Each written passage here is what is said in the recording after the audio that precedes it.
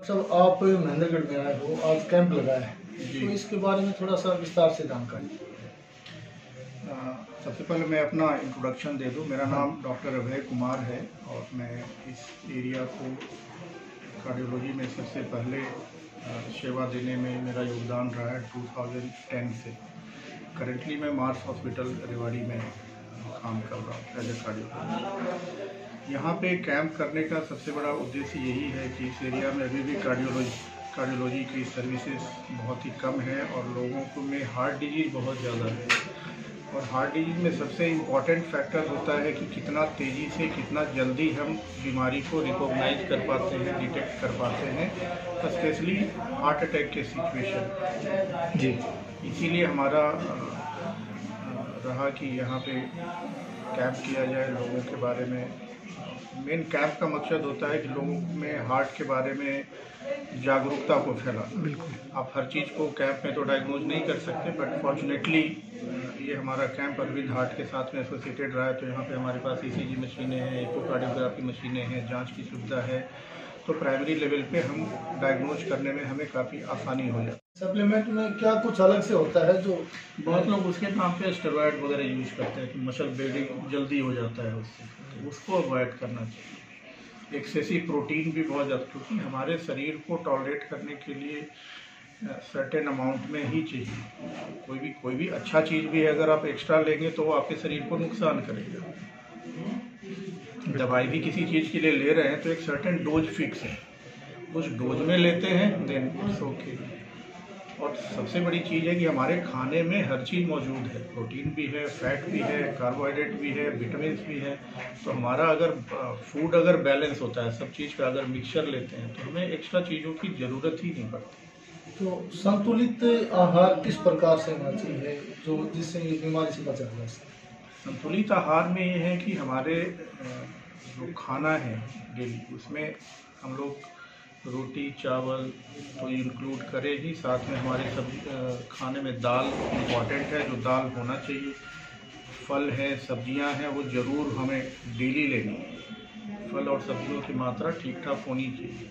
अगर हम इम्बैलेंस रखते हैं कि नहीं जी हमें दूध और दूध का प्रोडक्ट और सिर्फ चावल या रोटी ले रहे हैं और बाकी सब्जी वगैरह या फल वगैरह नहीं ले रहे हैं, तो वो इम्बैलेंस हो जाता है।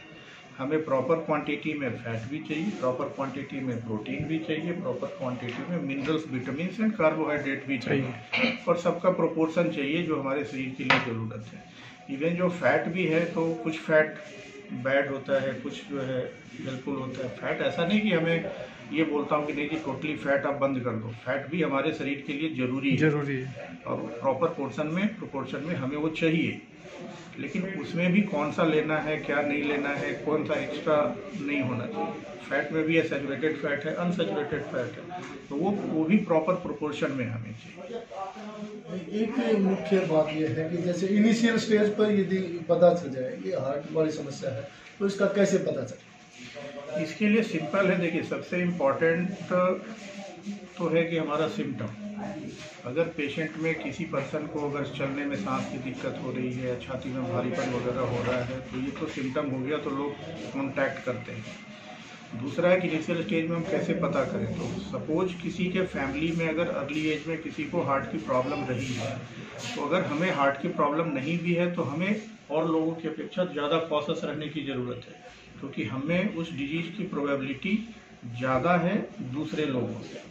तो अर्ली एज में हम अपना ईसीजी कराएं, इकोकार्डियोग्राफी से स्क्रीन करा लें, ज़रूरत पड़े तो हम कोलेस्ट्रॉल स्पॉट हम कर सकें। जी डॉक्टर साहब, ये हार्ट संबंधित जो बीमारियां ज़्यादा फैल रही हैं, मोस्टली इस नई उम्र में भी, जवान उम्र में भी हार्ट फेल हो जाता है, इनके मुख्य क्या कारण हैं और आम आदमी को किस प्रकार से सावधानी बरतनी चाहिए?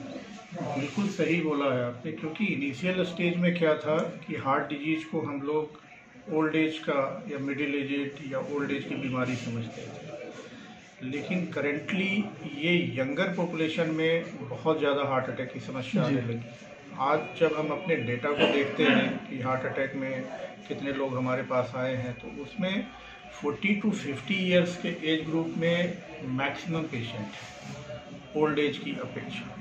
कुछ एक केसेस में 25-30 साल में, 35 साल में भी लोग आने लगे। और इसमें जो सबसे मुख्य कारण जो मुझे लगता है वो है हमारा लाइफस्टाइल और स्मोकिंग। लाइफस्टाइल हमारी टोटली चेंज हो गई है, खाना का पैटर्न हमारा बिल्कुल चेंज हो गया है। और सबसे ख़राब अगर है तो वो स्मोकिंग है, धूम्रपान। क्योंकि नंबर 1 मुझे जो लगता है वो धूम्रपान है, उसके बाद खाने पीने का है, तीसरे कैटेगरी में फिर बाकी सारे जो रिस्क फैक्टर हैं, ब्लड प्रेशर हो गया, डायबिटीज़ हो गया, किसी की फैमिली में अर्ली एज में हार्ट अटैक की केसेस रहे हैं तो उन लोग हाई रिस्क कैटेगरी में आते हैं। लेकिन अगर हम एक चीज़ को अगर अवॉइड करें, स्मोकिंग को ही अगर हम प्रिवेंट करते हैं, क्योंकि यंगर एज में जितने होते हैं उसमें स्मोकिंग आप मान लीजिए मोर देन 90-95% केसेस में वो स्मोकर होते हैं। जब एज हमारा बढ़ता है तब दूसरे सारे जो रिस्क फैक्टर हैं जैसे ब्लड प्रेशर, डायबिटीज हो गया, कोलेस्ट्रॉल हो गया, उन सब का रोल फिर ज़्यादा बढ़ जाता है। यंगर एज में बहुत लोग आजकल ड्रग एडिक्ट सब हैं, तो वो लोग जो ड्रग्स ले रहे हैं वो भी एक बड़ा कारण है। दूसरा एक और है कि आजकल जिम में लोग सप्लीमेंट्स वगैरह, स्टेरॉइड्स वगैरह लेना शुरू कर दिया है। बेसिकली है कि जब हम एक्सरसाइज करते हैं तो हार्ट के ऊपर में वर्कलोड हम बढ़ाते हैं। उस समय अगर हार्ट की नसों में अगर कोई रुकावट है या पनप रहा है तो वो काफ़ी हद तक वो डिटेक्ट करने के चांसेस होते हैं। 100% तो नहीं है, बट 50 से 75% चांस होता है कि वो उसको डिटेक्ट कर सके, तो वो इम्पॉर्टेंट हो जाता है। और दूसरा इम्पॉर्टेंट चीज़ है कि जब तक हम रूटीन वे में चेक नहीं करें, क्योंकि देखिए ब्लड प्रेशर का कोई सिम्टम नहीं है, बहुत कम लोग हैं जो एक्सट्रीम ब्लड प्रेशर ज़्यादा बढ़ने पे ही लोगों को हेडेक वगैरह कंप्लेन करते हैं। अदरवाइज जनरली कोई सिम्टम प्रोड्यूस नहीं होता। डायबिटीज़ है, जनरली सिम्टम प्रोड्यूस नहीं करता, अनटिल अनलेस कि कुछ % लोग हैं जिनमें कि जल्दी पेशाब होता है, ज़्यादा प्यास लगता है, ज़्यादा भूख लगती है, बट वो परसेंटेज काफ़ी कम है। जनरली आप नॉर्मल हैबिट है कि किसी को आप बोलिए शुगर टेस्ट करा लो तो वो लोग रिफ्यूज़ करते हैं, ना जी मुझे कुछ नहीं है। और बहुत बार है कि टेस्ट कराया और शुगर निकल गई। तो 6 महीने 1 साल पे एक सर्टेन एज के बाद में हमें 6 महीने पे 1 साल में करा ले, जिससे कि हमें पता हो, नहीं भी हो तो हमें अपना स्टेटस पता हो कि हाँ हमें नहीं है या है तो हम उसको प्रिकॉशन लें। ज़रूरी नहीं कि हर केस में दवाई की ही ज़रूरत पड़ती है। इनिशियल स्टेज में हम जस्ट मेडिकेशन, ये डाइट और एक्सरसाइज तो उसको हम कंट्रोल कर सकते हैं। सेम चीज़ कोलेस्ट्रॉल के साथ में भी है। अगली स्टेज में है तो अपने खान पान में तो एटलीस्ट हम सतर्क तो हो जाएंगे, बिल्कुल उसको कंट्रोल तो रख सकते हैं, या एटलीस्ट हमारे दिमाग में एक होगा कि भाई इस तरीके का प्रॉब्लम है तो हम दूसरी चीज़ों को अवॉइड करें, स्मोकिंग ना करें या कोई और गलत चीज़ों आदत पे ना पड़े, जिससे कि हम इस बीमारी से बच सकें। वैसे जांच कराए बगैर सामान्यतया कैसे पता चले कि शुगर है? जैसे अभी मैंने बताया, जैसे शुगर के लिए शुगर एक तो जनरली तो एसिम्प्टोमेटिक होता है। कुछ लोगों में जिनमें शुगर का सिम्टम है वो है कि बार बार पेशाब आना, बार बार मुंह सूखा रहना, प्यास लगना, ज़्यादा खाना खाने का इच्छा होना, तो ये मेन सिम्टम है जिसके बेसिस पे आप अगर ऐसा सिम्टम अचानक से डेवलप कर गया है तो आप अपने शुगर का जांच करा सकते हैं। धन्यवाद डॉक्टर साहब, आपने विस्तार से जानकारी दी। और मैं दर्शकों से कहूँगा कि डॉक्टर साहब महेंद्रगढ़ में जो रेवाड़ी से आकर सेवाएं दे रहे हैं तो नज़दीक हैं, इनसे ज़रूर मिलें और बहुत ही कामयाब डॉक्टर हैं और इनकी सेवा लें। और आज ये जो कैंप चल रहा था इसमें कोई फीस नहीं ली जा रही है, डॉक्टर साहब फ्री सेवा दे रहे हैं। दर्शकों धन्यवाद।